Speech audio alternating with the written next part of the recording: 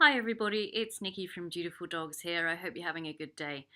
Let's get right into it. Let's talk about advocating for your dog. How do you do it?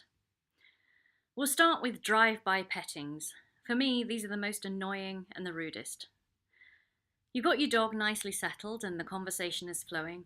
You're just about to enjoy your lunch or that nice glass of wine with your pal when all of a sudden, without even acknowledging your presence, someone barges straight into your personal space, bends down, and starts cooing at your dog and trying to pet them. What's that all about?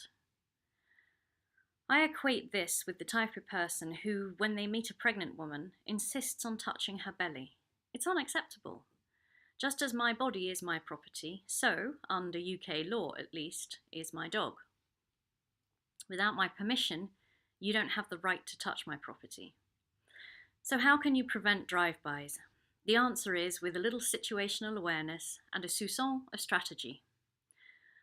I did a brief video some months back about situational awareness, and I'll repost that for reference shortly. Situational awareness is something you should have at all times, irrespective of whether you have a dog or not.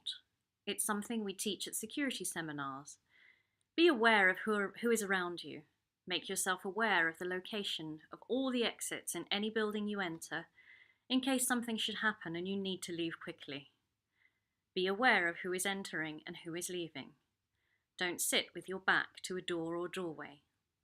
It's a very simple habit to get into and to stay in. And if you do it with your dog at your side, you should be able to prevent most drive-by pettings. If you see someone across the room trying to engage with your dog, don't make eye contact with that person. Ignore them. Focus on your dog, get them to engage with you, and then reward them for the engagement, thereby reinforcing the message. Ignore everything and focus on me. If someone is moving towards you and you think they might show an interest in your dog, move your position if you have to, so that to get to your dog, the would-be petter will have to go through you. Again, don't engage with them, don't make eye contact. That's not being rude, that's just enjoying your time and your privacy. Nobody has the right to intrude on those. And if you're going to an establishment that is dog-friendly, choose where you sit based on how accessible your dog will be to other people. I personally like corner tables away from high foot traffic areas. I put the dog either in the corner or underneath the table, making it really difficult for drive-bys to get to. And just like my former boss used to say, never apologise, never explain. You don't owe anyone an explanation as to why they can't pet your dog. Too few people these days have been brought up with proper manners.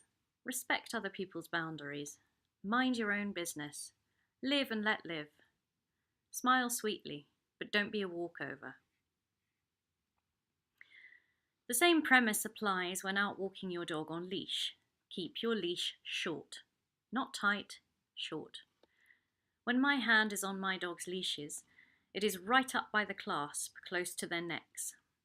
Not only does this give me instant, full physical control if I need it, but it keeps the dog where it's safe, in a nice, tight heel position, right by my side. If someone steps up to me to pet my dog, I can move in any direction I choose to keep myself between them and my dog.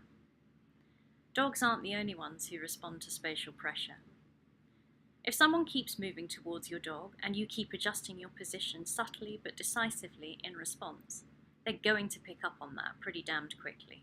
Trust me, I do it all the time. It makes people subconsciously feel slightly uncomfortable and they stop trying to get to the dog. When I do it, I'm always civil and engaged with the person in front of me. I don't feel embarrassed or guilty even if they seem uncomfortable. I pretend that I haven't even noticed their insistent attempts to pet my dog, and I carry on with the conversation. Never, ever feel guilty about advocating for your dog. After all, your dog is the one you chose to share your life with, not the person standing talking to you on the street. And last but not least, advocating for your dog in your own home. This is probably the hardest one of all, because the people coming to your home most frequently are your friends, family, and the people you know. They want to say hi to the dog. They don't listen when you ask them not to pet your dog when she's excited, because It's okay, I don't mind, not understanding that by encouraging the dog to jump up on them, the dog will expect to be able to jump up on anyone who gives them attention. So if you don't want to go through the rigmarole of having the same conversation with the same person who never listens, time and time again, don't. If you haven't yet trained a reliable place command, crate your dog. Use a tie back. Have the dog leashed and use the visit as a training opportunity to do the sit on the dog exercise. For anyone who doesn't know what sit on the dog is, I'll post a link to that video separately too. As with any other situation requiring you to advocate for your dog, physical intervention or restraint is the most effective tool. People, as much as we love them, don't listen. My dogs are trained to go to and stay on their beds whenever the doorbell rings or we have visitors. However, I can't account for or control what visitors will do once they're inside my home. So the dogs go to their crates with a tasty treat or bone. I don't have to supervise, and I can give my undivided attention to my visitors. At the end of the day, all of the above are about how you control your environment, not about how you try to control the actions of other people. The former is far, far easier than the latter.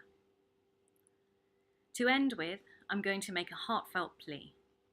As Elle Driver says in Kill Bill, now you should listen to this because this concerns you. Dogs are not stuffed toys.